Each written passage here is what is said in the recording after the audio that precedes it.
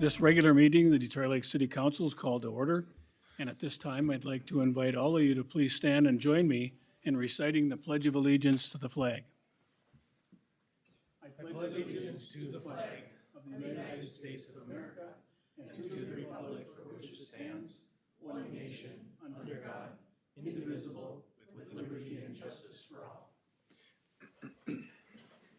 Thank you. I have to apologize for my voice again. I'm going to see an ENT next month and maybe they can get me fixed up. In the meantime, I'll keep drinking a lot of water up here and struggle through. The first item on the agenda tonight is the regular agenda that's presented to the council, and I would entertain a motion for its approval. So moved. Second. Motion's been made and seconded to approve the regular meeting agenda. Discussion? All in favor of the motion, say aye. Aye. Opposed? That motion carries. The consent agenda is before the council. All items with an asterisk are considered to be routine by the city council and be enacted by one motion. There will be no separate discussion of these items unless a council member or citizen requests, in which event the item will be removed from the general order of business and considered separately in its normal sequence on the agenda. Is there any council member or any member of the audience that wishes to either add or remove an item from or to the consent agenda? Your Honor, I would request that item 6K and item 8B removed from the consent agenda, as I am the one requesting those permits. 8 what? 8B, and I will recuse myself from voting. Okay, is there any other items? If not, I would entertain a motion to approve the consent agenda with the removal of 6K and 8B. So moved. Second. Motion's been made and seconded to approve the consent agenda as modified. Discussion?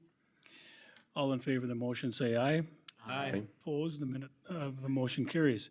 The minutes of the regular city council meeting held on October 8th and a special meeting held October 24th of 2024 are before the council. Is anyone on the council or any member of the audience wish to make any changes to the minutes?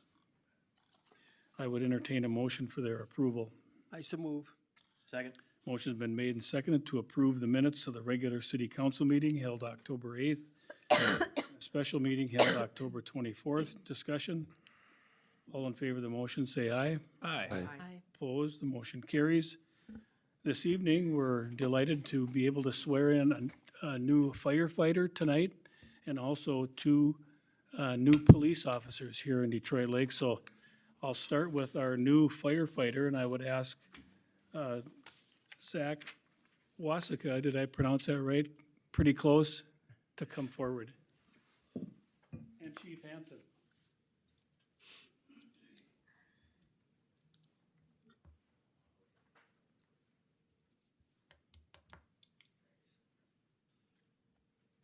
So Zach, if you would raise your hand and repeat after me. I, Zach Wasika, promise that I will humbly serve all customers with an urgent response to their crisis with compassion, sincerity and concern, patience, kindness, and respect. I promise that I will at all times conduct myself in a manner that reflects positively on the fire department in the city of Detroit Lakes. Finally, I promise to follow the policies of the fire department, uphold the laws of our state and nation, and the ordinances of the city of Detroit Lakes, and that I will faithfully discharge my duties to the best of my abilities. So help me God. Sorry, I kind of chopped that up, but you're in.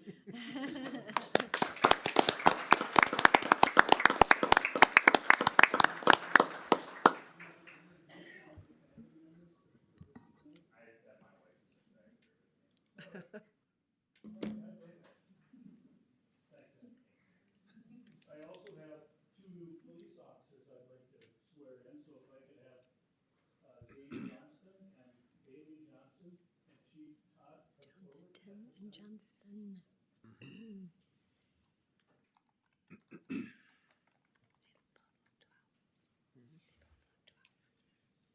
if you guys raise your right hand and repeat after me. I promise that I will humbly serve all residents with a response to their crisis with compassion, sincerity and concern, patience, kindness and respect. I promise that I will at all times conduct myself in a manner that reflects positively on the Detroit Lakes Police Department and the city of Detroit Lakes.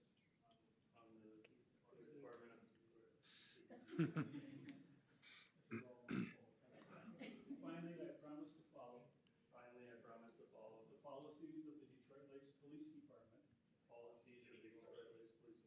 uphold the laws of our state and nation, and the ordinances of the city of Detroit Lakes, and that I will faithfully discharge my duties to the best of my abilities, so help me God. Thank you, congratulations.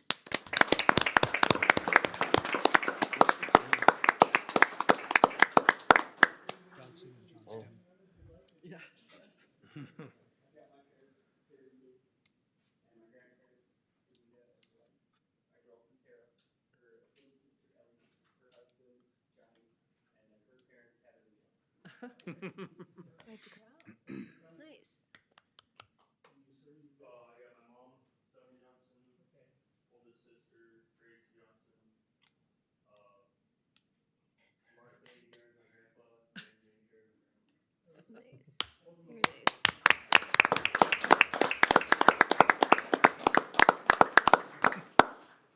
So Dave Harmon from the Community Center is here tonight and wishes to address the council, so I'll turn it over to you, Dave.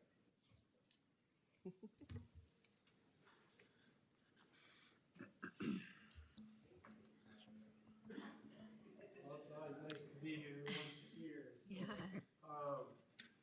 Thanks a lot for having me. I just wanna, Dave, get that mic up there a little bit, thank you. So tall, it's before I hard to get reach. going, I just wanna really thank the Parks and Rec Department because, without the facilities that we use for our programs and everything, and they do an awesome job, in my mind anyway.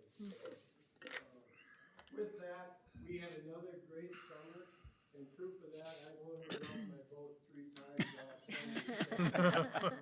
Kept my wife happy, but we did, if you look down at the numbers, I believe you have a sheet, that, there, three programs that were over 100 kids this summer, another one that was close to 80 kids, and it seems like the last 4 years I've said the same thing.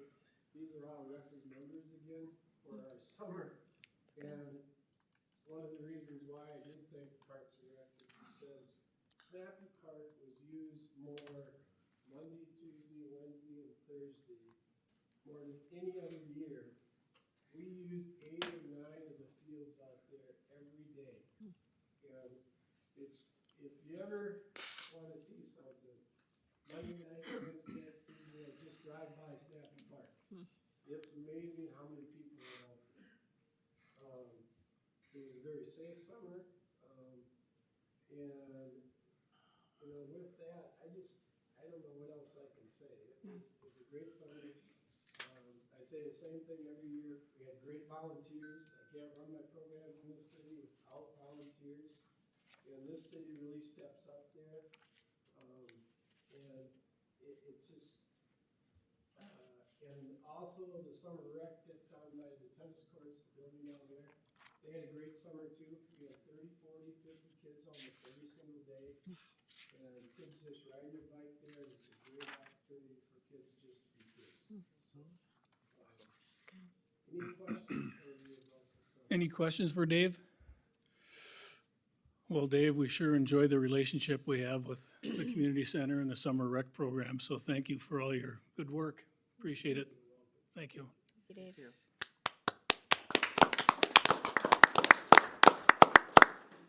So at this time, I'll adjourn the regular meeting and I'll call to order a public hearing to receive public comment on the proposed street and utility improvements for the Forest Street Utility Improvement Project, and to introduce the project I would call on our city engineer, John Pratt. All right, thanks, Mayor and Council. As you mentioned, we have a public hearing tonight, and this is for Forest Street and Utility Reconstruction Project that we've got scheduled for next year. We are required to hold a public input or public hearing at the early stages of the project anytime we're using special assessments. So we'll go over some of the existing conditions, what we're planning to do, estimated costs, funding, special assessments, some schedule, and then we'll have an opportunity for question and comment. The project that we're talking about this evening, again, is Forest Street, and this will extend from Rossman Avenue to Lake Avenue, so about 4 or 5 blocks. A little background on the project.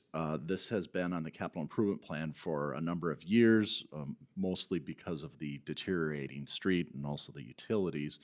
I would point out that we originally had this project scheduled for the summer of 2026, and then decided that we needed to get this project completed before we did the next phase of Westlake Drive, and so that's why we're looking at advancing that to the summer of '25. So this past summer, we did some preliminary design, field survey, got some project layouts completed.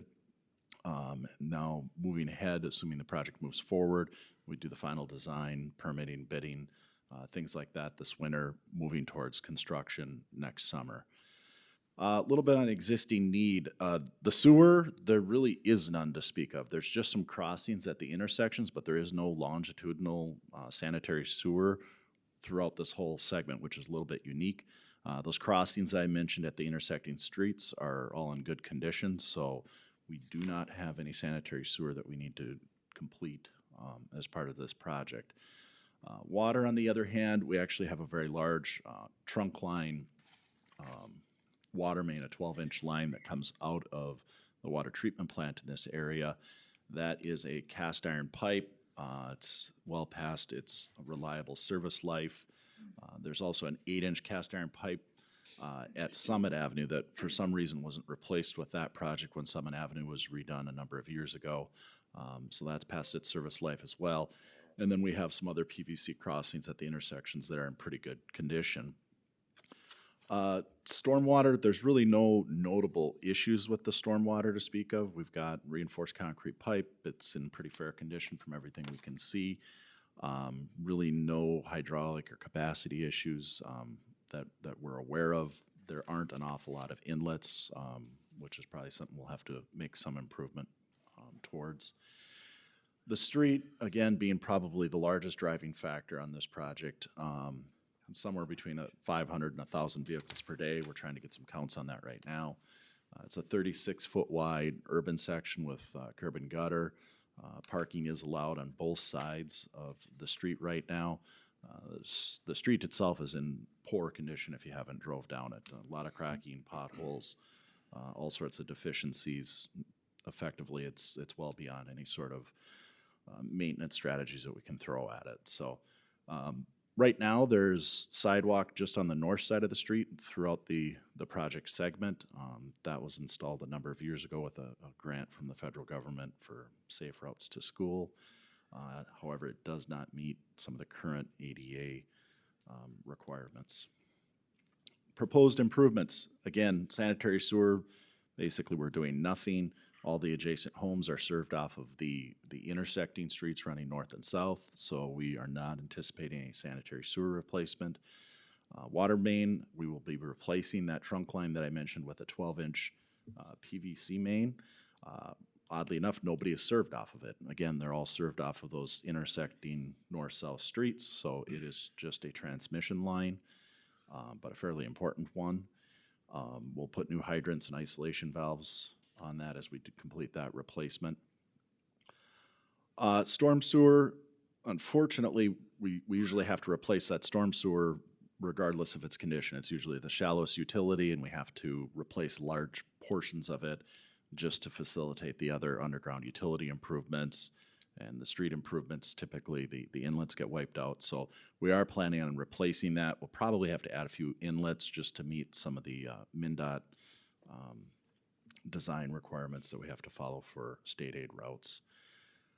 Street, what we're proposing right now is to replace this with a 44-foot wide back of curb to back of curb street section, which is a bit wider than what's out there right now. Right now, it's about 36 feet. It varies a little bit, location to location. So we are suggesting that we widen that out to 44 feet, which is going to result in about a 2 to 3 foot shift or widening of that curb on each side of the existing roadway. So residents on there would notice, the curb getting just pushed out a little bit. The reason that we're suggesting it in this case is, again, there is on-street parking on both sides right now. That street, while most of the time doesn't have what I would call real high traffic volumes, it does have periods that it has pretty high traffic volumes. School in and out, when there's events at People's Park or at the fairgrounds, arena, at times things down on the beach even trickle up that way. And so that parking coupled with that spike in traffic, that 36-foot width really isn't very adequate to have parking on both sides along with the higher peak traffic volumes that we see there. So a 44-foot width accommodates that on-street parking and head-to-head traffic a lot better. You don't have the dodging and weaving that tends to happen with the narrower street. So that's what we're suggesting. Sidewalk would remain pretty similar on the north side. We would replace that 6-foot walk right at the back of the curb.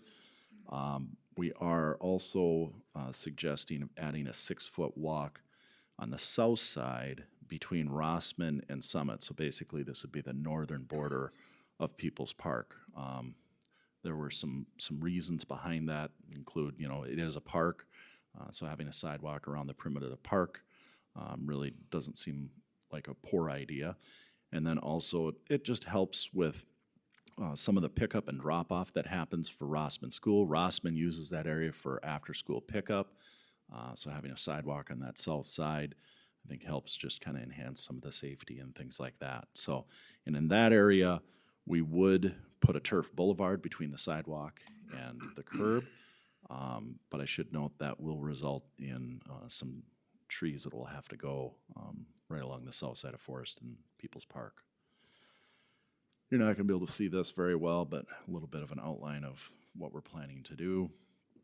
On to the meat here. Project costs.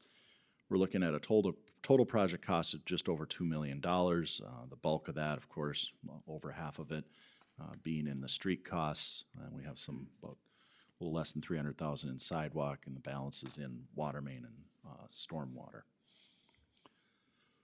So how do we pay for it? In this particular case, we'll use the city utility funds and general tax levy, primarily utility funds paying for that water main replacement, stormwater fund paying for the stormwater replacement. Also, we can use municipal state aid funds. This is a municipal state aid route. So those funds that we have can be applied towards both street cost and stormwater costs if we choose. And then the balance of the project would be paid through special assessments to the adjacent property owners. All of that is done in accordance with our special assessment policy.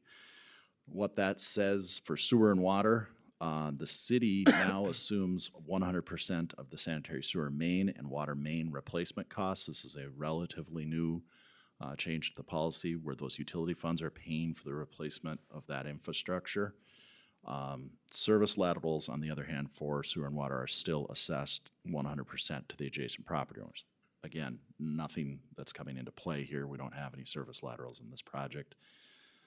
Street reconstruction, and policy says that we assess 50% of a standard street cost. And a standard street is deemed to be a 36-foot wide, 5-ton with a bituminous surface on it. So again, just a reminder, we're proposing something that's closer to 44 feet wide, and it will have to be a 10-ton design to meet state aid standards. So there's some oversizing that's involved here, and the city assumes that remaining 50% plus all of the oversizing cost. except that commercial properties pay for that full width 10-ton design that that we're proposing. So in this case, that's really limited to Rossman School. Sidewalk, 25% of the cost is assessed to residential properties, 50% to commercial properties. And the balance is paid by the city. The city also picks up all that storm sewer costs and any streetscaping elements that we would do, like tree planting and things of that nature. So this is how it all breaks out when it's done. The city's picking up about 1.5 million out of that $2 million, and about 500,000 is being assessed. So I always try to stress this slide that the city, I mean, while we are assessing, is still picking up over about 3/4 of the overall project cost. And that remaining 25% is going to adjacent properties, which also includes the city. We assess city-owned property like People's Park, just like we assess any other property. So once we have those assessable costs, we allocate those in accordance with the assessment policy. Basically, those assessable costs are then just divided by the number of units, either each or on a footage basis, to come up with a rate. So for the residential or the properties that are adjacent to the project, it's that dimension of the side embodying the improvement for interior lots. Corner lots, it depends if it's your long side or your short side, but effectively you're assessed the width of your short side if it's abutting the improvement, or it is half the dimension of that longer side up to 150 feet plus any distance beyond 150. And I'm gonna kind of reiterate that because there's a lot of side lot on this. So if your long side is abutting forest, it's that length of that, half of it up to 150 feet plus any length over 150 feet. And that would be your assessable footage. You're only assessed for those sides of your lot that are abutting the improvement. If you have any regular shaped lot, we try to look at averaging that. So what that all means is for a residential property, you'd be paying about $111 a foot for the street and about $30 a foot for the sidewalk. Commercial properties be paying about $154 a foot for the street and $59 for the sidewalk. So a 100-foot residential property is going to be looking at an assessment of about $14,000. 100-foot commercial lot looking at something just over $21,000. Typically on these projects, we'll hold an assessment hearing after we receive the bids. We'll mail out assessment worksheets and notify everybody of an assessment hearing. I would expect that'll probably be sometime in maybe around April of 25. And then those assessments would be levied against those properties starting in 2026. And they'll be over a 20-year term. We don't know the rate of that just yet, but you always have the option to have to prepay all or a portion of the special assessment just to eliminate or reduce your interest charges. Again, a little bit of a glance at the schedule, work through the design and bidding this winter with construction next spring, and then we'll probably have some carryover construction, just a final wear course on the street in the spring of 2026. So, questions? Does anyone in the audience have any questions or wish to make a comment regarding the proposed street and utility improvements for Forest Street and Utility Improvement Project? If you would come to the podium, please, and for our records, state your name and address. Good evening. My name is Jason Keene. I'm here on behalf of the Detroit Public School District in Rossman Elementary. Do you want me to say my home address? No, that's all right. We're good with that. Just some considerations to take in, as John kind of identified that it's going to be running along the Rossman property line. Some considerations that maybe we would request is looking at putting in a crosswalk near from the property going towards People Park in that direction. And then also maybe looking at some type of RFB or reflective beacon for that crosswalk, knowing it's a heavily trafficked area during pickup and drop-off time, as well as we use it, as we use it for FIAD when the seasons are appropriate. In regards to considerations in regards to widening the street, I'd say the school district is pretty neutral on that. Obviously, we know that if by keeping it the current width, it does present problems with parking and sight lines, especially for our buses that are exiting, from the back entryway there when it's dismissal or arrival time. And obviously, if you do widen the road, it will probably have a little bit of impact on our green space and probably, cause us to have to adjust, maybe our fence line on that, on that south side of Rossman, playground there. But, that was scheduled due for replacement too, so again, but like I said, in terms of that piece of it, we're pretty neutral, but the considerations again, some type of crosswalk, heading south from the Rossman, the southeast corner of Rossman back in the direction of People's Park, as well as, if possible, an RFB or reflective beacon, that signaling that people are crosswalking during that time. Thank you. Okay, we will take a look at those things. Thank you. Is there anyone else in the audience that wants to ask a question or have a comment regarding the Forest Street project? If not, that public hearing is closed, and I would call on Alderman Zeman. Okay, the Public Works Committee reviewed this project and has given consideration to the resolution ordering the preparation of plans and specs for the Forest Street and Utility Improvement Project, and I so move. Second. Motion's been made and seconded to adopt a resolution ordering the preparation of plans and specs for the Forest Street and Utility Improvement Project. Discussion on the motion? All in favor of the motion, say aye. Aye. Opposed, the motion carries.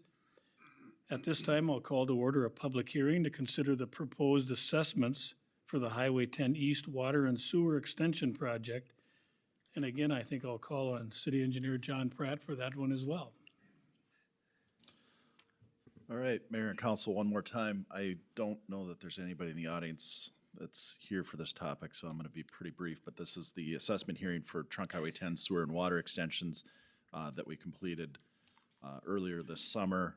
Again, just a state statute requirement that we have a hearing regarding the improvements and the special assessments. This was a developer petition project, Quality Equipment, that put up the new equipment dealership east of town. They needed sewer and water to that proposed site. Our closest point was over at East Shore and Highway 10, so we basically needed to make a sewer and water extension from that point to the proposed development. We adopted a PER earlier this spring and then bid out the improvements over the summer. Short and sweet, we extended water main and sanitary sewer from East Shore Drive over to the Quality Equipment property, and then along the way dropped off some service laterals, one to a undeveloped parcel owned by Northwestern Bell Telephone, and then the other one, of course, to the developer's property, and then just simply restored the frontage road. So pretty narrowly scoped project. All in all, we had an overall project cost of about $303,000, which is down a little bit from what was originally projected. Funded by city utility funds, by the developer through a development agreement, and then special assessments to adjacent and benefiting properties. This one was a little bit unique. Our development agreement with the developer, the public utilities agreed to extend the sewer and water up to about 290th, with the balance of that improvement from 290th to the developer's property. They picked up that cost. On the other hand, that portion between East Shore Drive and 290th was a city cost, but we still assessed a portion of that to that single benefiting property owned by Northwestern Bell Telephone. When we stubbed in sewer and water to that property, that necessitated the benefit to the property. So we calculated an assessment rate for that section. This is sort of how it all shook out without getting into the details. The city share ended up being about $101,000. We had about $28,000 in special assessments to Northwestern Bell Telephone, and then Quality Equipment picked up about $173,000 of the improvement. These are the assessment rates that were ultimately calculated for that single property that was assessed, about $71 a foot for sanitary sewer, $67 for water main, about $5,800 for sewer service, and $3,200 for the water service. So again, those are the two assessments. We did two rolls. One roll was to the developer, to Quality Equipment, and that's a 10-year term. The second rule is a 20-year term, which is more in line with what we do on these projects to Northwestern Bell. Those will be levied starting in 2025 at a 5.5% interest rate. Okay, is there anyone in the audience that has any questions or wishes to make any comments regarding the assessments for the Highway 10 East Water and Sewer Extension Project? Hearing none, that public hearing is closed, and I would call on Alderman Josephson. The motion that goes along with this assessment hearing is a consideration to resolution adopting the assessment roll for the Highway 10 East Water and Sewer Extension Project. Finance Committee, I guess, reviewed this a little bit and recommends approval, and I so move. Second. Motion has been made and seconded to adopt the assessments for the Highway 10 East Water and Sewer Extension Project. Discussion? All in favor of the motion, say aye. Aye. Opposed, motion carries. At this time, I'll call to order a public hearing to consider the proposed assessments for unpaid fire protection charges. And Heidi, do you want to Yes. introduce this one? Thank you. Good evening, Mayor and Council. This evening, we've got before you two assessments for unpaid fire protection charges. These are for fire calls back in 2023. Those property owners were notified several times of their unpaid fire bills, and they have yet to pay those. So we are looking to assess those to property taxes next year. A 1-year assessment at a rate of 5.5%. If you have any questions, I'd be happy to answer those. Otherwise, I would suggest taking public comment and then considering the resolution. Is there anyone in the audience that wishes to either ask a question or make a comment regarding the proposed assessments for unpaid fire protection charges? If not, that public hearing is closed, and I would again call on Alderman Josephson. The motion is consideration to a resolution adopting the assessment roll for unpaid fire protection charges for the year of 2023, 2024. It looks like we reviewed these assessments, and I recommend approval, and I so move. Second. Motions have been made and seconded to adopt the assessments for unpaid fire protection charges. Discussion? All in favor of the motion, say aye. Aye. Opposed? Motion carries. At this time, I'll open a public hearing to consider the proposed assessments for the Disease Trees Control Project. And I would call on our Public Works Director, Sean King. Mayor and council, these are the, sorry, I guess I'll use my outside voice. These are the 2024 diseased and hazardous trees that were not removed by the property owners that Carr's Tree Service removed for us. Okay. Is there anyone in the audience that wishes to ask any questions or make any comments regarding the assessments for the disease tree control projects for the year 2024? Yes. And could you come up to the podium so we can get your name and address, please? Thank you.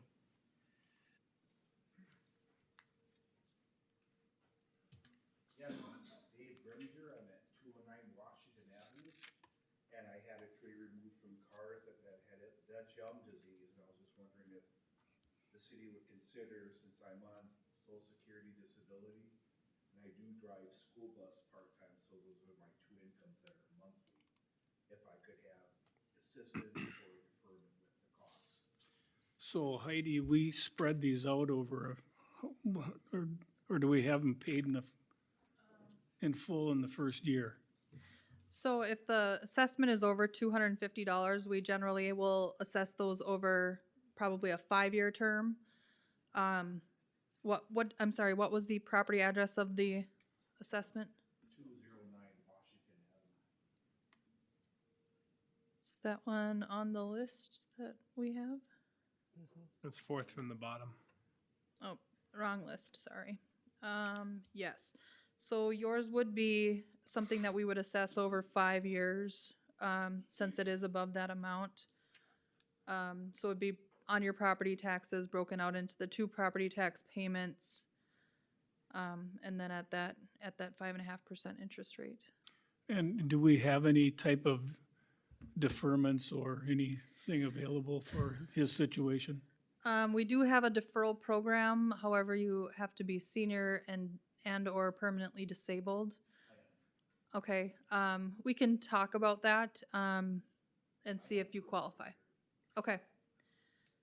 If you'd like to chat with me about that, I can help you with that process. So why don't you come in tomorrow or in the next few days and talk to Heidi, or did you want to do it tonight, Heidi?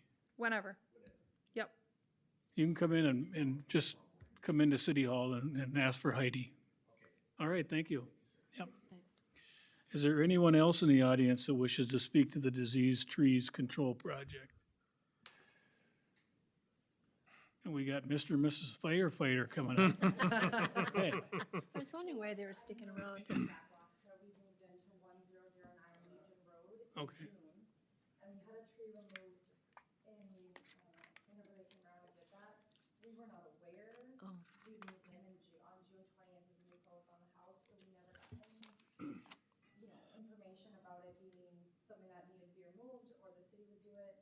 And then guys just showed up in our yard and said the city hired us to take this tree, and so we just said, okay, I guess if the city hired you.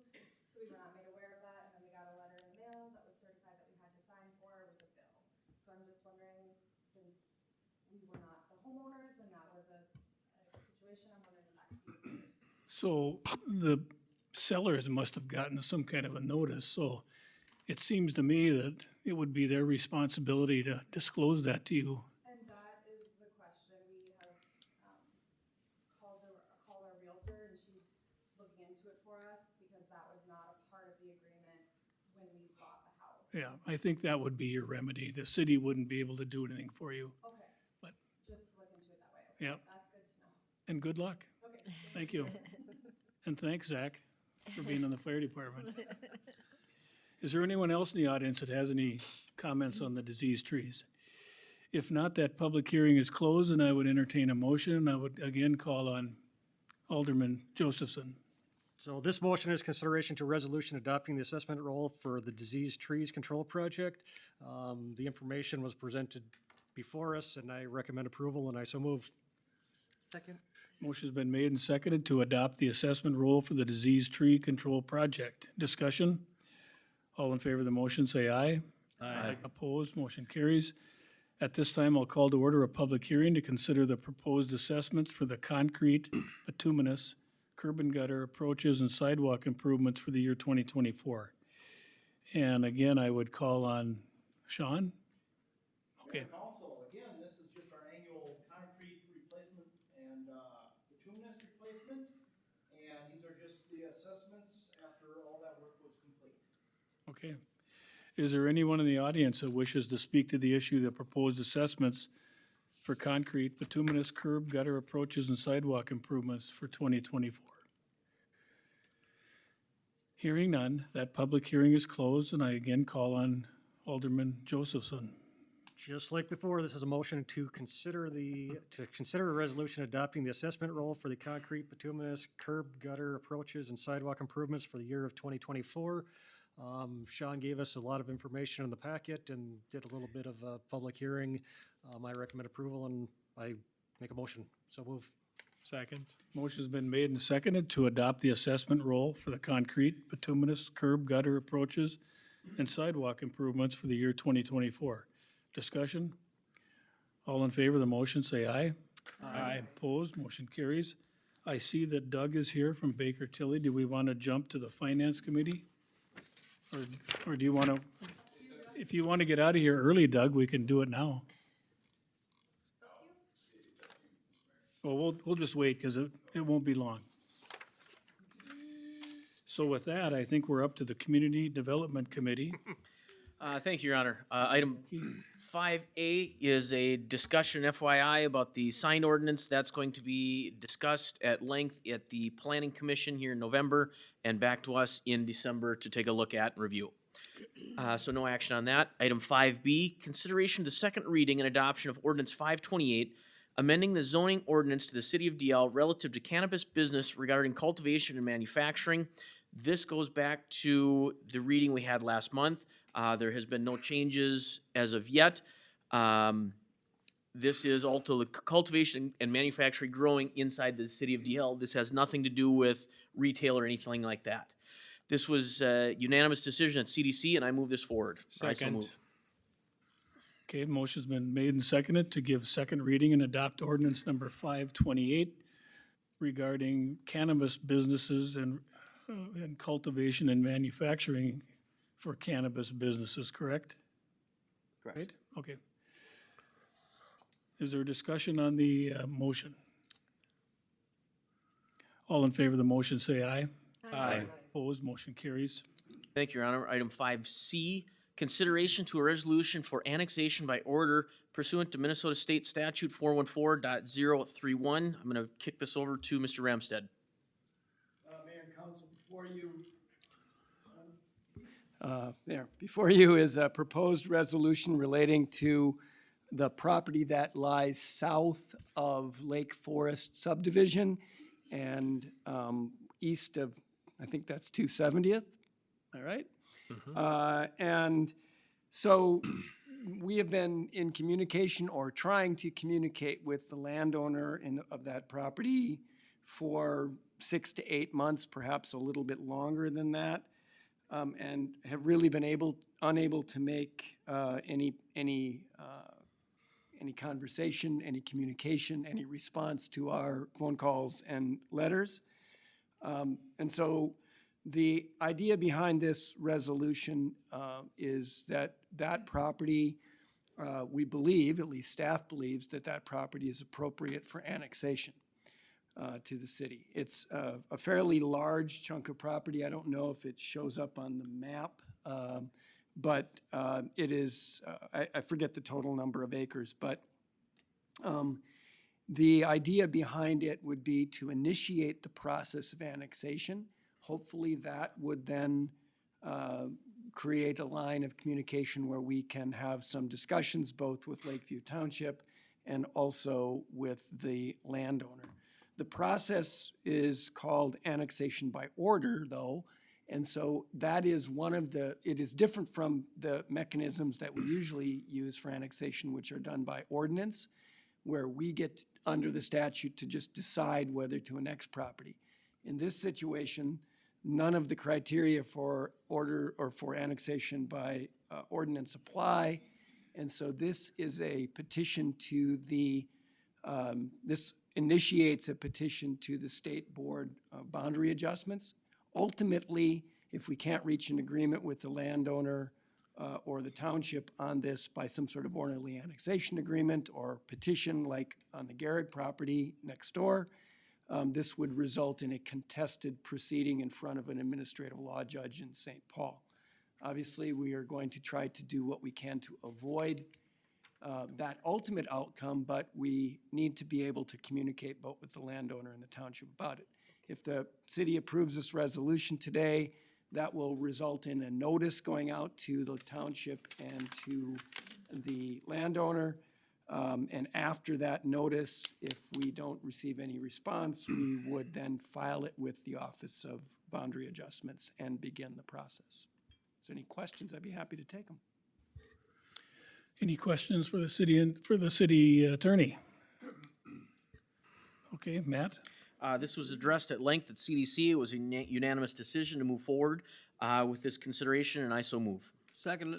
Motion's been made and seconded to adopt a resolution for annexation by order pursuant to Minnesota State statutes. Discussion on the motion? All in favor of the motion, say aye. Aye. Opposed, motion carries.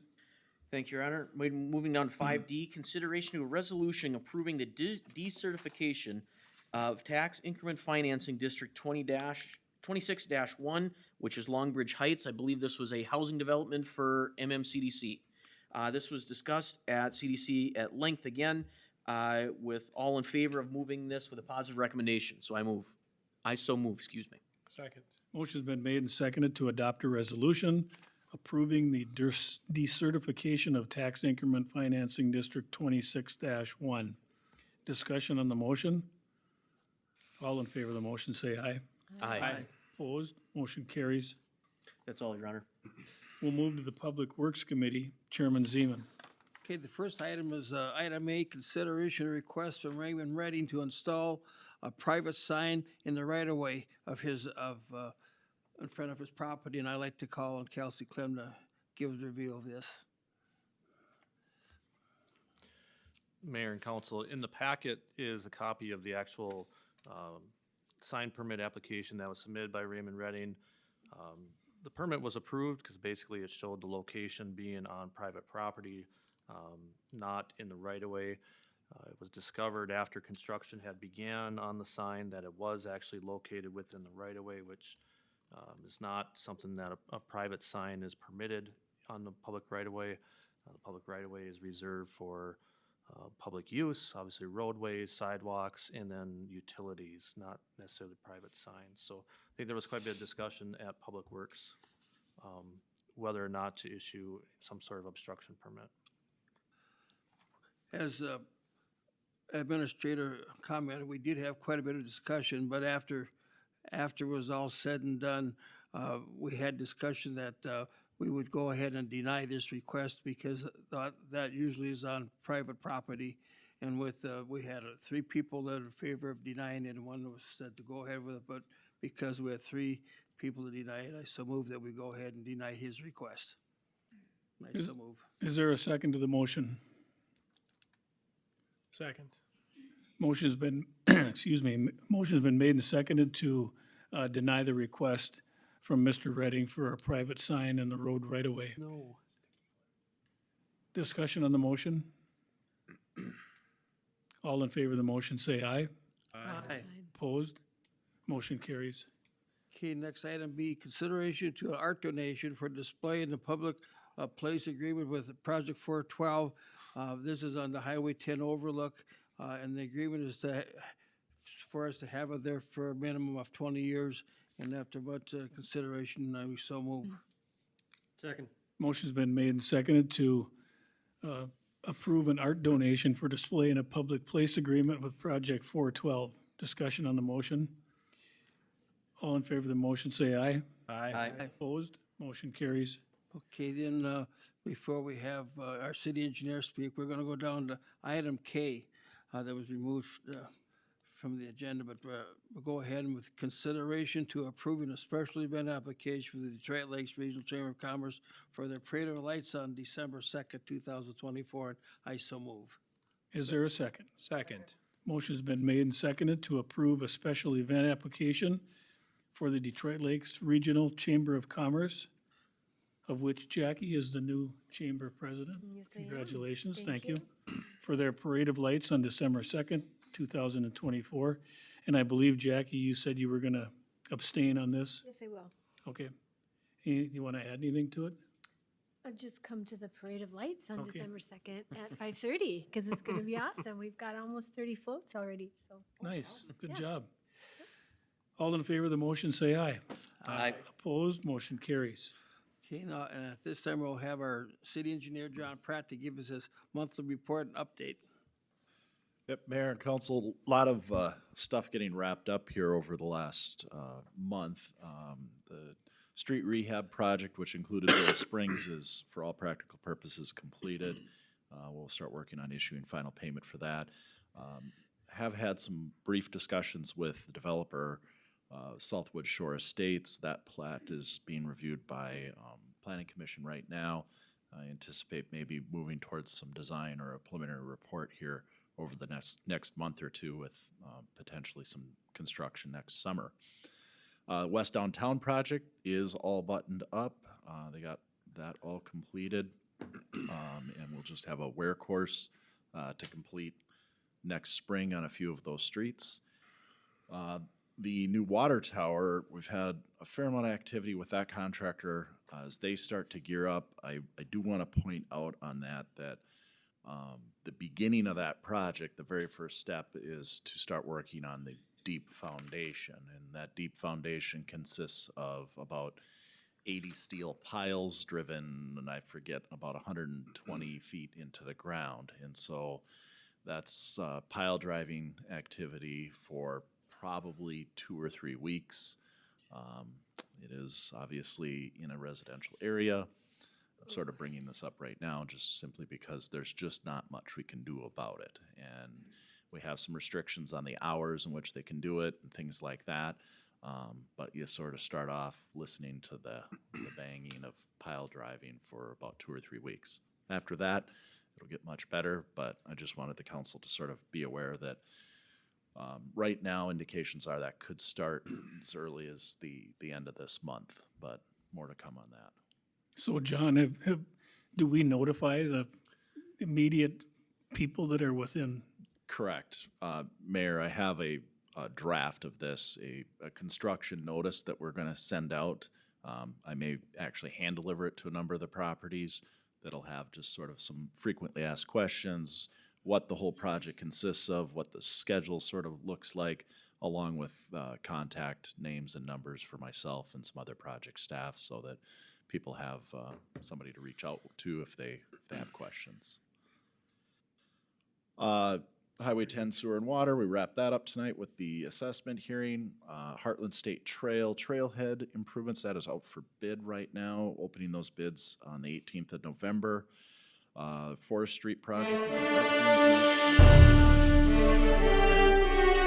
Westlake Drive Phase 3. A fair amount of activity over the last month on that.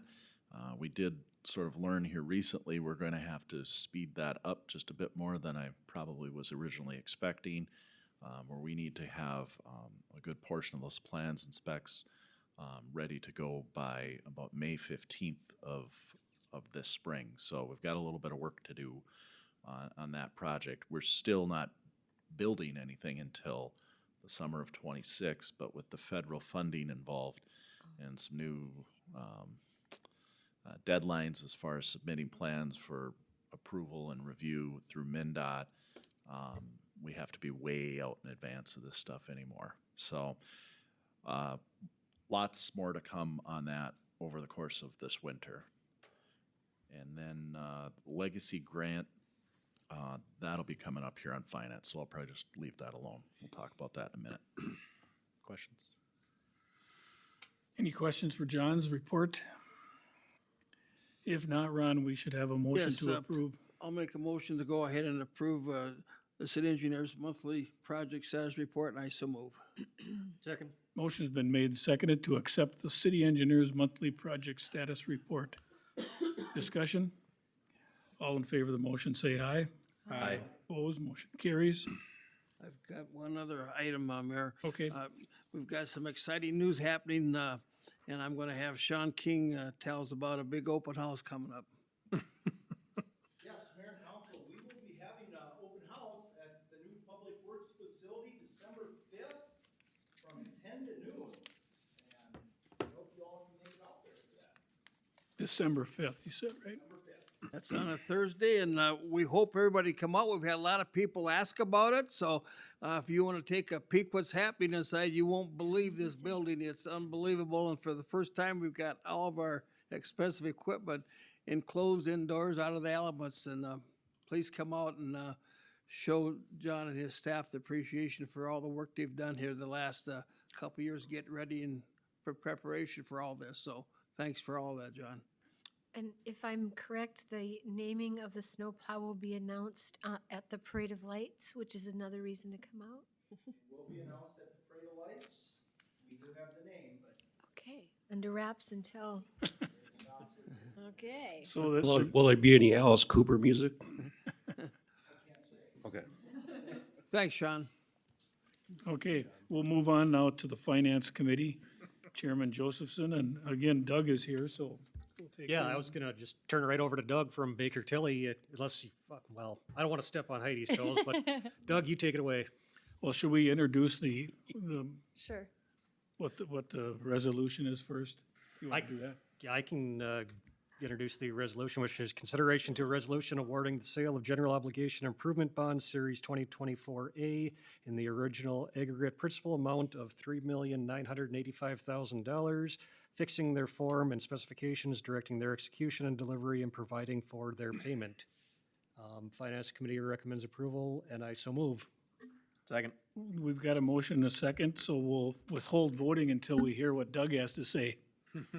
And just one preface to Doug's presentation, we do have updated resolutions on the dais for each of you with the updated amounts. We did have the bond sale today, so that's why we have updated resolutions.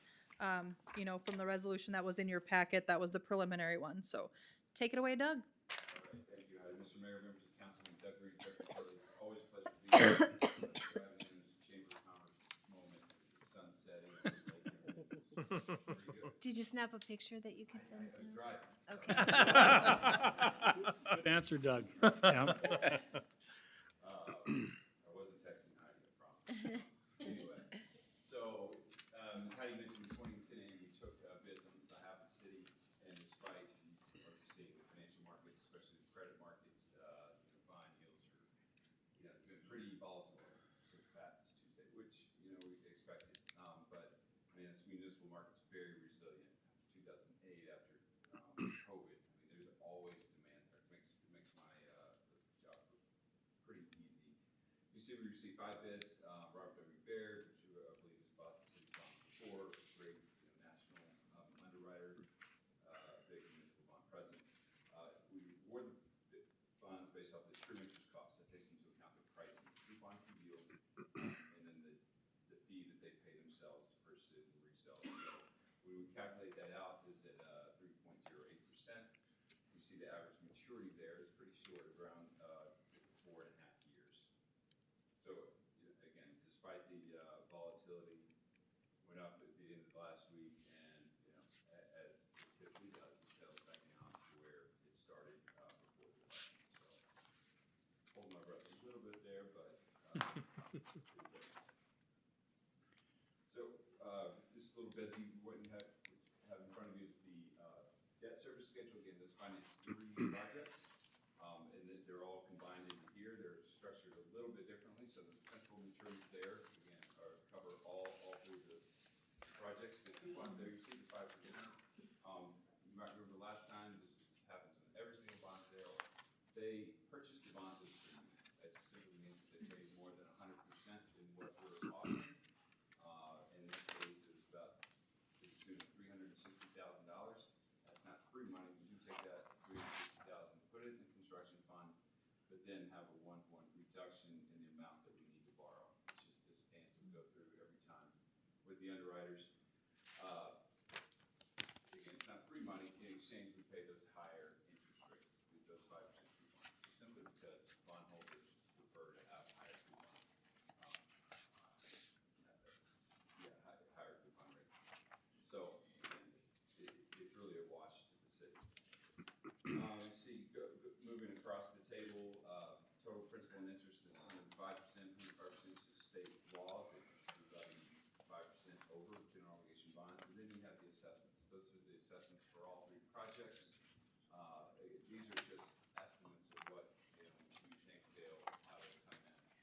With the, please correct me if I'm wrong, with the one of the development projects, they're deferred for 5 years, and then we amortize them, from years 6 to 45. In reality, they're going to come in much differently, right? So, Heidi will manage the levy each year, look at how the assessments come in, look at the fund balance, and then determine what the city needs to levy. And of course, looking at that first levy amount of almost $400,000, of course, we had the foresight 2 years ago to go ahead and plan for this and put an amount of $200,000 into the levy to plan for this, which is excellent. And of course, the credit rating agency took note of that as well. So going to the next, how does this bond sale compare to previous bond sales?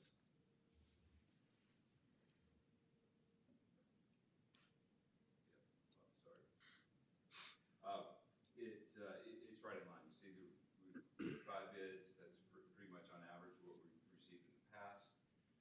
That true interest rate is just right in line. You do have to compare it to the average maturity. Obviously, the shorter the maturity, the lower you think the interest rate would be, and then as you move out farther to 10, 15, 20, go beyond 20 years.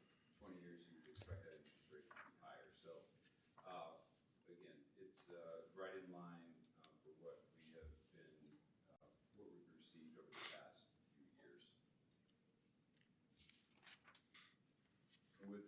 this, you do have to go through a credit rating, monthly an updated credit rating.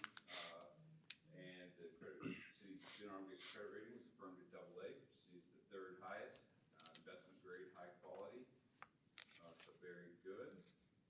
And what goes into that quickly, take a whole meeting to go into this, but 20% is the economy, really wealth levels, anytime metropolitan areas, you're gonna be, just cost of living, so you're gonna be below similarly rated cities, AA rated cities there. The financial performance and reserves and liquidity, is where you shine. Looking at the 3-year operating results, making sure you have a budget, that you have a positive income each year, looking at the reserve and liquidity levels across the general fund and the enterprise funds, the management going along with that, the budget practices, you have the long-term planning and the policies in place. And then looking at the debt and liabilities is 20% of the rating. So I won't read through all this. You have access to the report. I've just pulled out some excerpts here and I'll highlight some. Finances, again, are stable reserves. We expect them to be maintained at a high level. Looking at the management, just reiterate, you have a balanced budget each year. You do your long-term planning, you have your policies in place. Debt and liabilities, just like every Minnesota city, we have higher debt than the rest of the country just because we have the ability to incur debt to finance our capital improvements, whereas a lot of the rest of the country does not. So therefore, we just have higher debt levels than the rest of the country, but they, you see here that they don't expect it, to be a problem. And then again, as I mentioned, the economy, the wealth levels are lower than the national level for that being outside of the major metropolitan area, but they do come to note there that they believe looking out 20 years that both population and assessed value growth is going to be strong. So all in all, a very good sale, and happy to take any questions. Any questions for Doug? So if not, thank you, Doug. We appreciate you coming, and we do have a motion and a second on the table, and if there are no further questions or discussion, I would call the question. All in favor of the motion, say aye. Aye. Opposed? Motion carries. Item B, should I hand it over to Kelsey first, or should I get a motion on the table? That's up to you. I'll get a motion on the table. So, item B is consideration to approving the memorandum of agreement with AFSMI. Finance Committee reviewed this afternoon, recommends approval, and I so move. Second. Motion's been made and seconded to approve the memorandum of agreement with the AFSMI union, and I would defer to Kelsey at this time. Mayor and council, my explanation for 7B will be the same as, I think it's 10B. So this is kind of a conclusion of some mid-contract wage adjustments. If you remember, we did the law enforcement unions earlier this year. They actually did some mid-year wage adjustments. These wage adjustments for AFSCME and IBEW go into effect January 1 of 2025. The main change there is the addition of an extra step on our pay scale is the main factor. With that, I'll take any questions. Hearing none, we've got a motion and a second on the table. Any further discussion by the council? All in favor of the motion, say aye. Aye. Opposed? Motion carries. Item C, we'll switch it up and I'll hand it over to Kelsey and give us a little bit of the DMRA Treehouse project. Mayor and council, part of the legacy grant at Detroit Mountain includes the construction of a treehouse. It's part of the nature play area. This was part of the legacy grant, I want to say like 2020, one of the earlier legacy grants, but because we ran out of budget, the treehouse was not constructed, so it was included in the most recent legacy grant. You can see we did receive one bid. The bid recommendation letter from AGL is in your packet recommending the bid of $181,200 $205 to Hammers Construction.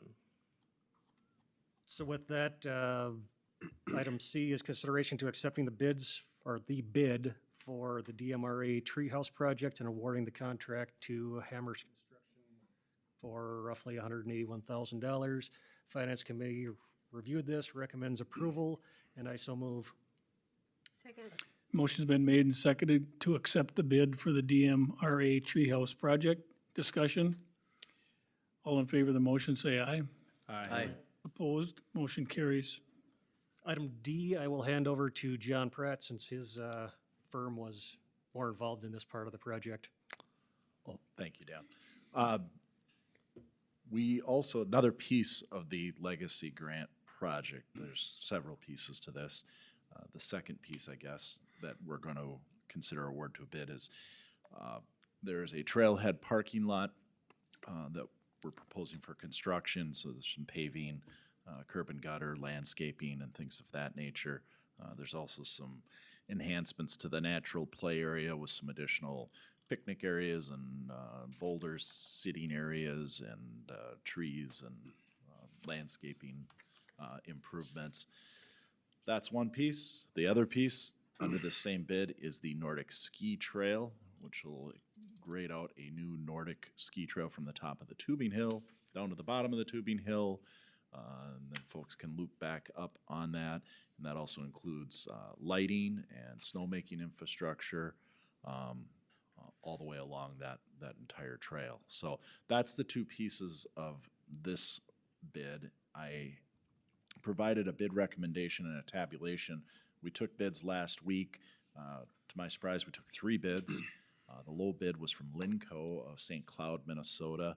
I had not worked with them, was not familiar with them, but we did some homework and reference checks and things of that nature, and everything checked out good. So we are recommending approval of the low bid in the amount of $1,172,000 and some change to Linco of St. Cloud.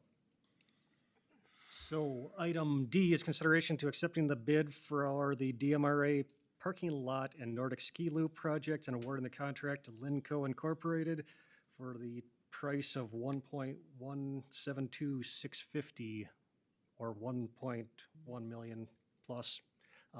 Finance Committee reviewed this, recommends approval, and I so move. Second. Motion's been made and seconded to accept the bids for the DMRA parking lot and Nordic Ski Loop project. Discussion on the motion?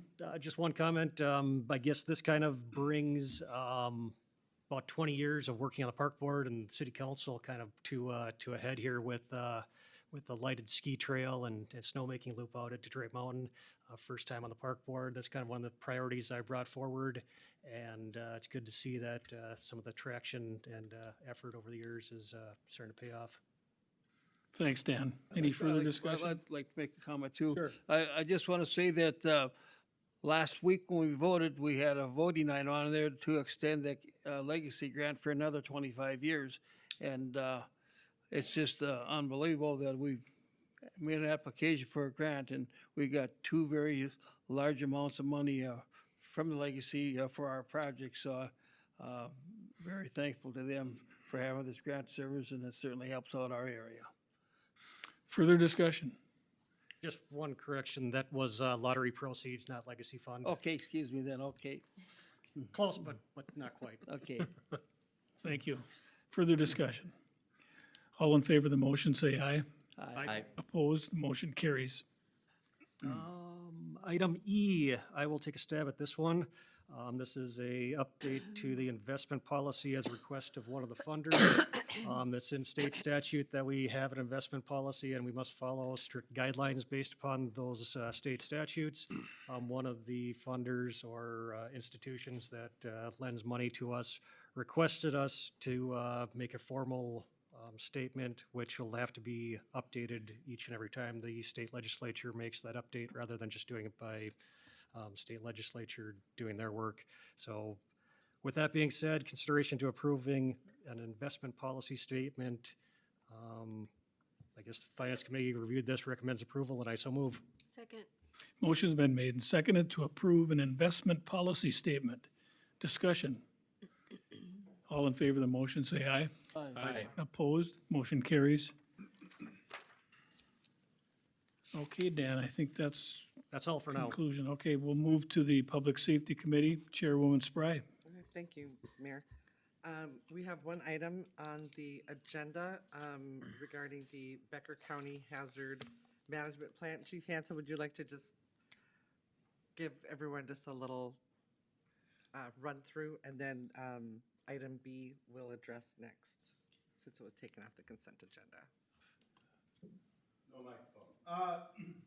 So this is just, it's in its draft form. The city, as a stakeholder of Becker County, has been working with the Becker County Emergency Management Team to go through and update the hazard mitigation plan, which was last updated in 2016.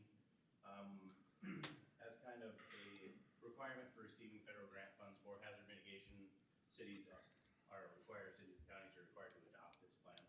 Essentially what this plan does is we go through as stakeholders of Becker County, go through and identify natural disasters that could occur here, rank them from high priority, moderate priority, low priority, identify those, do some studies and bring up kind of fact-based information about it, and then move this plan forward to FEMA for their approval and then adopt that plan before we take those priorities.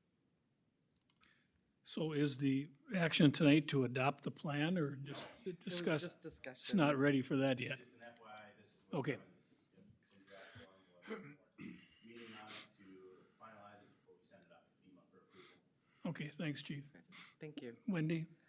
Item 8B, consideration to approving a parade permit for the Detroit Lakes Regional Chamber of Commerce for their Parade of Lights on December 2nd, 2024.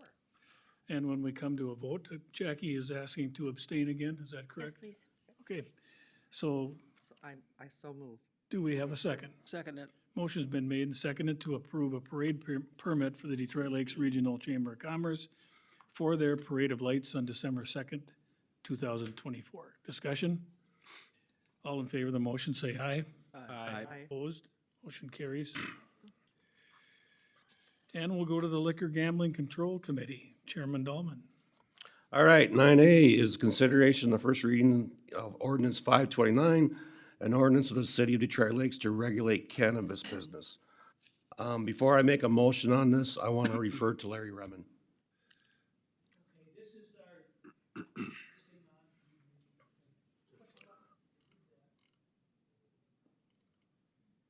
I'll use my outside voice, but it's nothing like that.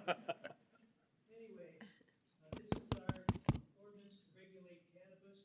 The liquor committee has discussed this at length. And the changes that they made today are to require 2,500 lineal feet between retail cannabis businesses and to limit indoor cultivation to 15,000 square feet. And the reason for these limitations are as follows. They want to limit or put the 2,500-foot buffer in place to limit the total number of businesses and also to prevent a concentration of businesses in one area in order to mitigate potential negative impacts of these businesses. Also, 1,500 square feet of cultivation is to mitigate nuisance odor issues associated with cultivation. Thanks, Larry.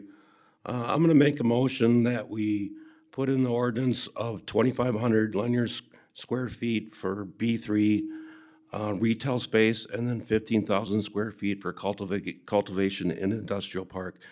Everybody on the liquor store committee agreed, and we also involved the whole city council on this. This has been a lot of work, and I still move.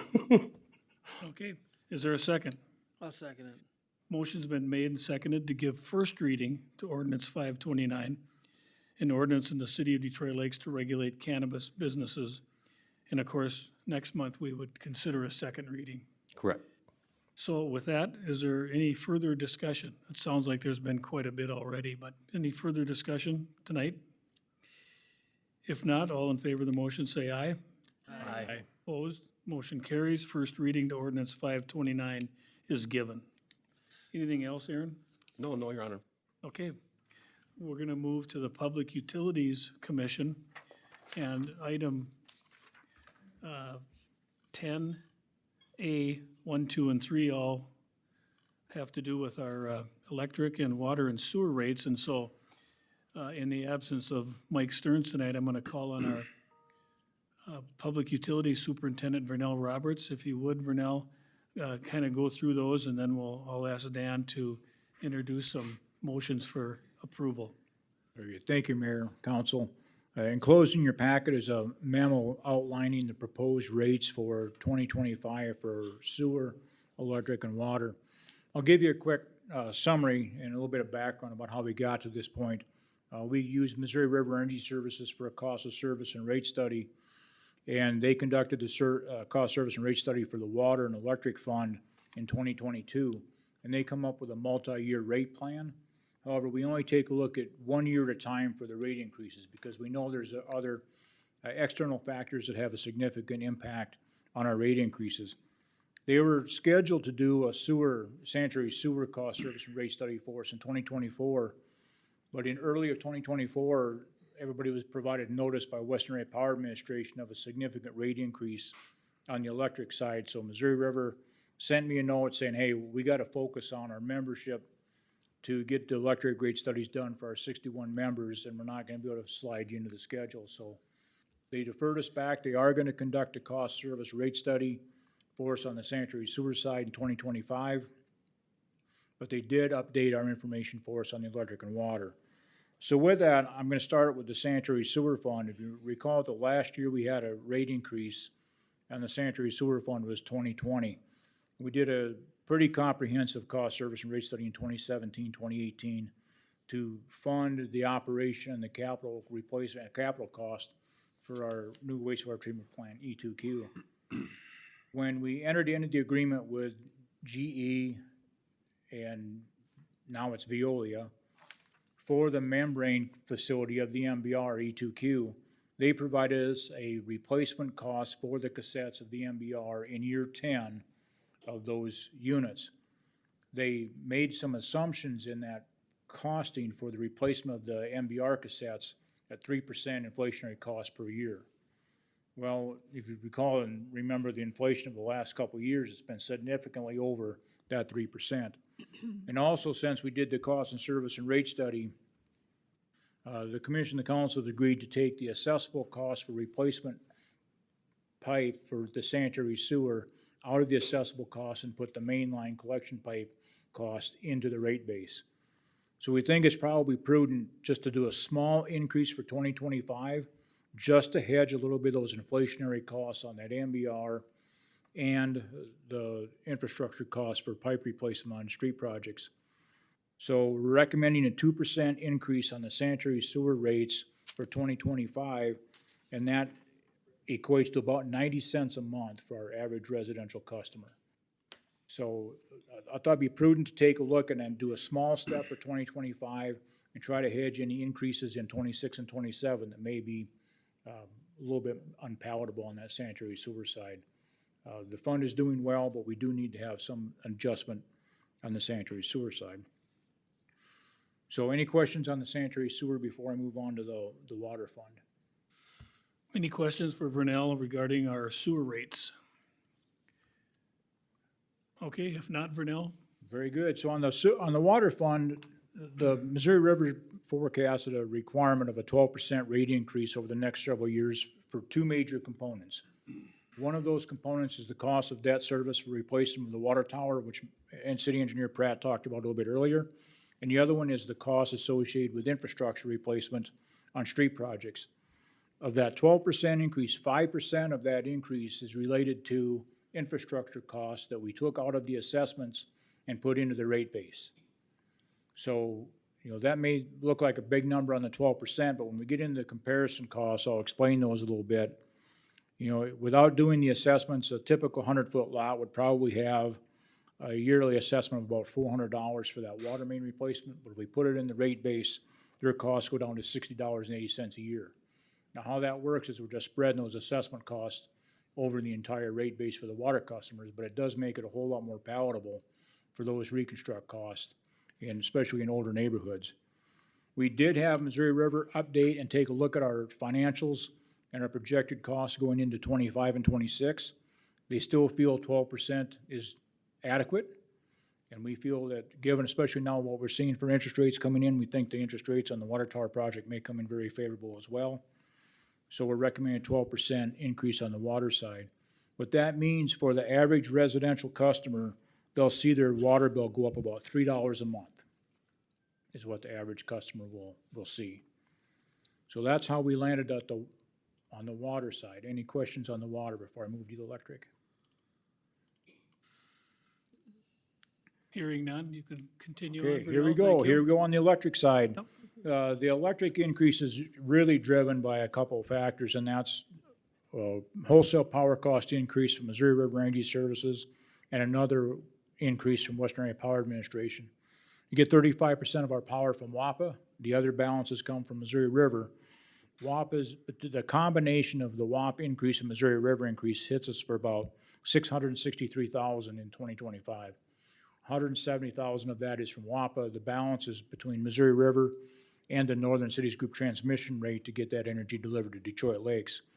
So that's a significant increase to the electric fund cost structure, is the cost of wholesale power. We did have Missouri River take a look at our future capital cost, along with the impact of that WAPA increase and Missouri River's increase. And a couple years ago, they projected that a 5% increase going forward for 24, 25, and 26 would be adequate. That still holds true for 2025. So we're recommending that 5% increase on the electric rate. And for the average residential customer, that equates to about $4 a month on the electric bill. So as you take a look, there are some comparison charts in the packet that I want to talk about quick. Like the first one that's up right now is the average residential customer of 800 kilowatt hours. The median bill is at $95.97. Our current bill was at $101.80, and next year it'll be at $105.80.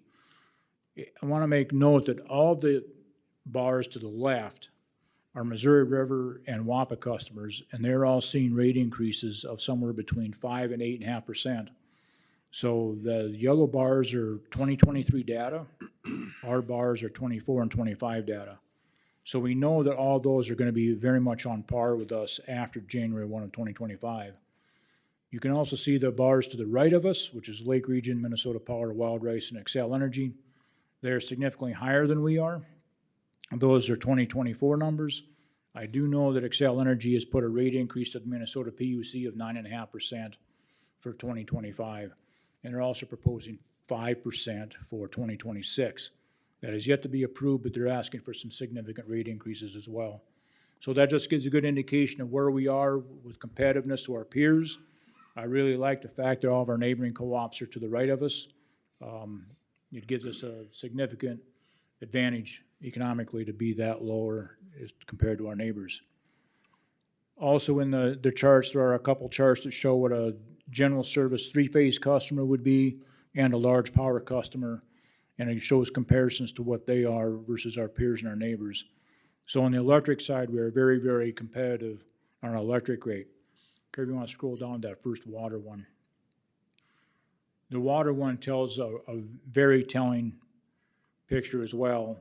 You can see right now the current bill is where we are on that red bar to the far left. And even with a 12% increase, we'll be at 2025 proposed. We are still very competitive on our water rates compared to our neighbors. And a lot of those are also having increases in 2025 as well. So in a nutshell, we're very, very competitive on all three of our rates. I did not include any sewer comparisons because the last sewer data we had was from 2017. And we know a lot of the communities that we were compared to then have had significant rate increases because of their infrastructure costs. So the Public Utilities Commission reviewed these rates this morning and approved them and recommend approval by the City Council. Any further questions for Vernell? I have a question. Go ahead, Wendy. On the sanitary sewer fund, you mentioned 2% increase, but then you made a comment about, it sounded to me like this was a first step, knowing you're going to have to make some significant changes. I can't make any promises on what that sewer rate looks like for 26 and 27.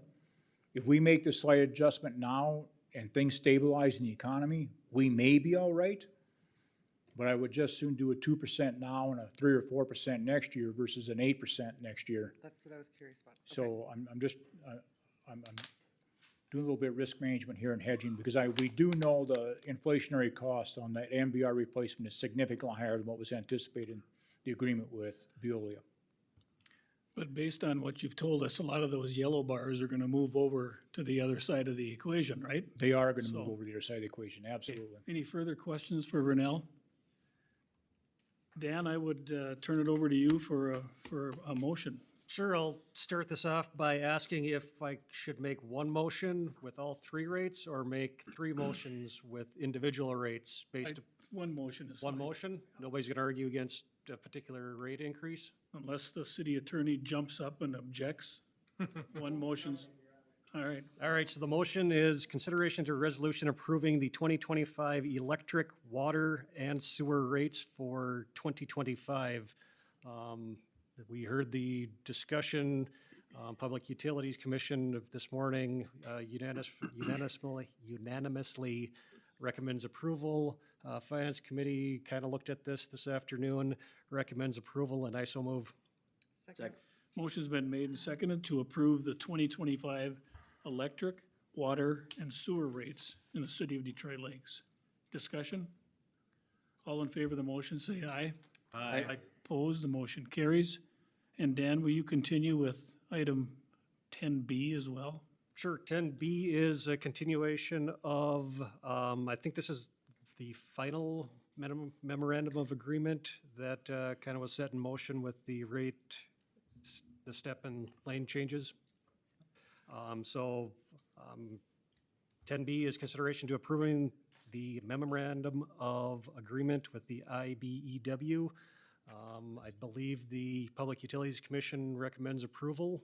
Finance Committee recommends approval. We set this in motion months ago, so I so move. Second. Motion has been made and seconded to approve the memorandum of agreement with the IBEW union. Discussion on the motion? All in favor of the motion, say aye. Aye. Opposed, motion carries. Thank you for your explanation, Brunel. It was very good. Thank you. You apparently understand all your stuff, too. I try. Okay. So with that, we're down to some city administration items, the first of which is we need to canvass the election results from November 5th of this year. Kelsey, will you explain what we're actually doing there or what we need to do? Yep, Mayor and Council, there should be an updated handout on the dais of the election results. Yes, the city council serves as the canvassing board, so the city council needs to basically certify the vote. And that also includes, even if you were on the ballot, you still need to act as a member of the canvassing board. Okay, so with that, I would call on Alderman, who did I ask Matt? Okay, I'm sorry. Alderman Bulkey. If Thank you you, Your would Honor. please introduce this. Item 11A, consideration of resolution approving the canvassing and election results of November 5th, 2024. As Kelsey mentioned, the resolution is in front of you, number 2024-1112. We reviewed this at the canvassing board earlier today, and I so move. Second. Motion's been made and seconded to adopt the resolution canvassing the election results from November 5th, 2024. Discussion? All in favor of the motion, say aye. Aye. Opposed, the motion carries. Also, we have an item 11B, which is in regard to a grant agreement with MinDOT for the airport improvements, and I would call on Alderman Zeman. Okay, this is a motion to give a consideration to a resolution authorizing the execution of grant agreement with the MinDOT and for the airport improvements, and I'm gonna have Kelsey just give us a quick update on that. Yeah, Mayor and Council, so the grant agreement is for doing some tree clearing on the south end of the primary runway. The state grant is the amount of $49,000, 70-30 split, so the local portion that comes from the airport fund is $21,000. And this is to do some additional tree clearing again on the south end of the runway that's basically encroaching within our flight approach. Thought I had them map in there, maybe I don't. Anyways, it's basically on the southeast side, just north of Highway 59, kind of towards RNG Subaru in that area. There's over 4 acres of trees that will need to be removed. Okay, I would go ahead and make a motion with the resolution to authorize the execution of this grant agreement with MinDOT and airport improvements, and I so move. Second. Motion's been made and seconded to approve a resolution authorizing the execution of a grant agreement with MinDOT for the airport improvements. Discussion on the motion? All in favor of the motion, say aye. Aye. Opposed, the motion carries. Before we continue, who's all supposed to sign this, Carrie? Everybody sign it, please. It is for the canvassing board. Do I get to sign it? Sure. Okay. There's not gonna be enough lines. That's okay. Make lines. All right. Okay, I think that concludes the agenda items. There's some announcements and some appointments. I'd like to recommend the name of Mike Bretthorst to be appointed to the Development Authority to fill the seat vacated by John Reaver. And I would entertain a motion for his So moved. approval. Second. Motion's been made and seconded to approve Mike Bretthorst for the Development Authority. Discussion? All in favor of the motion, say aye. Aye. Opposed, motion carries. I would like to recommend the appointment of Donovan Schumacher to the Development Authority. Mr. Schumacher will be filling the seat vacated by G.L. Tucker on the Development Authority, and I would entertain a motion for his approval. So move. Second. Motion's been made and seconded to appoint Donovan Schumacher to the Development Authority. Discussion? All in favor of the motion, say aye. Aye. Opposed, motion carries. I do have some asks out for the library board, and I will try to have that filled next month. Also, I reached out to Mr. Ulmer for the Sports Arena Commission, and he has not gotten back to me, so I might have to ask Carrie to check and see if we have some additional contact information, but we'll work on that for next month. I would like to recommend reappointment of Nate Hunter to the Sports Arena Commission, and I would entertain a motion. So moved. Second. Motion's been made and seconded to approve Nate Hunter to the Sports Arena Commission. Discussion on the motion? All in favor of the motion, say aye. Aye. Opposed, motion carries.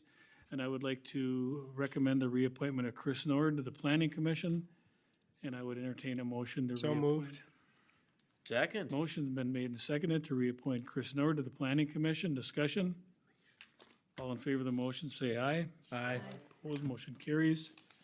Next month, at our regular meeting at 6:01 PM, we will have our 2024 budget and tax levy discussion and action pursuant to the truth and taxation requirements. The Canadian Pacific Holiday Train will be coming to Detroit Lakes again, and they've been coming for many years, and they typically make a very generous donation to our local food pantry. So that's on December 15th at 2:15 down by the Sioux Line Depot. The city council meeting dates for the balance of 2024 are before you. The 2025 joint governance meeting dates are before the council, and the 2025 city council meeting dates are before the council. And with that, I would ask if there's any additional items from any city staff that should be brought forward.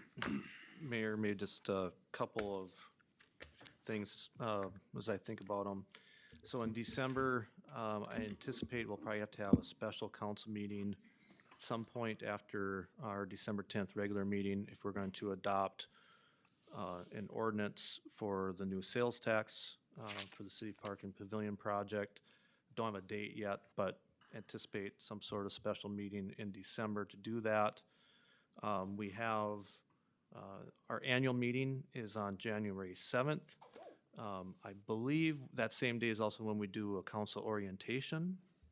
So we'll work on kind of a schedule for that. Got a few things percolating that of how we'll do it this year, but I'll usually do the council orientation on that same date as the annual meeting.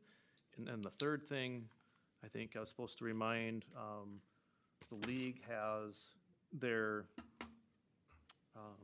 council orientation. Or elected official. Thanks, Carrie. When is that, January or February? It's in February. February, so if you want to attend, let Carrie know. So as long as you're speaking, Kelsey, we have the press, some of the press here.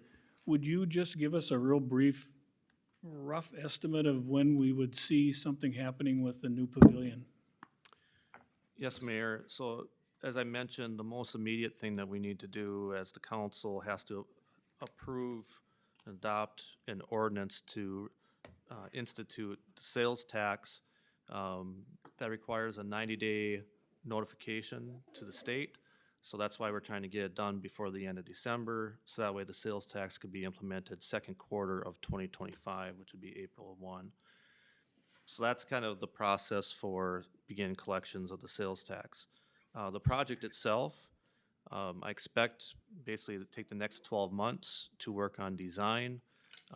Yes, we've had quite a few people call who maybe have an event planned next summer and they're safe, they're good. Nothing's gonna change with the pavilion next summer.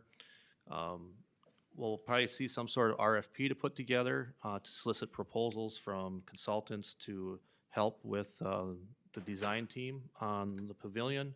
So again, I see that process playing out over the next 12 months. So you probably won't see bids until next winter and then construction starting in 2026, which, oh, by the way, coincides with Westlake Drive Phase 3, which is also scheduled for 2026.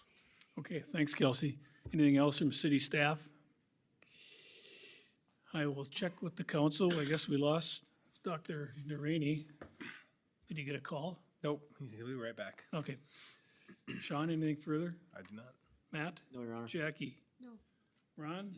Well, I've got to say a big thank you to everyone who last Tuesday voted for the new pavilion, and it's really appreciative that you went out and had the faith in our community to go ahead and be able to do pavilion as long with a brand-new park system, and I'm very happy about that, and thanks to all of you that voted for it. Okay, Wendy? Nothing from me. Ditto what Ron said about the pavilion. Sure. Dan? Nope. Aaron? Nothing, Your Honor. Okay, the business of this council has come to a conclusion and the meeting's adjourned.